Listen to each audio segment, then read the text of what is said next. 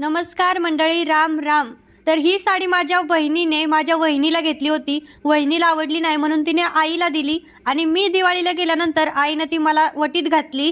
शेवटी फिरून फिरून ती साडी माझ्याकडेच आली. पण मी ही साडी 2-3 वेळा वेअर केली होती. तुम्ही जर बघितलं असेल माझे व्लॉग तर तुम्हाला माहीतच असेल. पण आता मला कसं घालून घालून पण मला सारखं नाही घालावंशी वाटत. आणि या साडीचं सूत असं आहे ना, कागदासारखं असंच थोडंसं जरी असं हातामध्ये धरलं ना तरी कागदाचा कसा कुरकुर आवाज येतो तसा कुरकुर आवाज येतो. आणि म्हणूनच वहिनीला आवडली नाही आणि तिने आईला देऊन टाकली आणि तिने मला दिली. तर माझ्याकडे आली म्हणजे त्याचा यूज होणारच. तर मी आज शिवणार आहे ह्याचा ड्रेस. तर फायनली ड्रेस इथं रेडी झालेला आहे.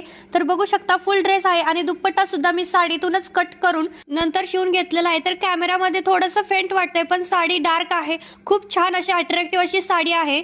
तर नंतर मी लाईट लावून व्हिडिओ काढल्यानंतर बघू शकता किती छान आणि मस्त असा लुक दिसतोय. तर तुम्हाला ही साडी आणि हा मी शिवलेला ड्रेस कसा वाटला नक्कीच कमेंट करून सांगा. आवडला तर लाईक करा. Bye bye.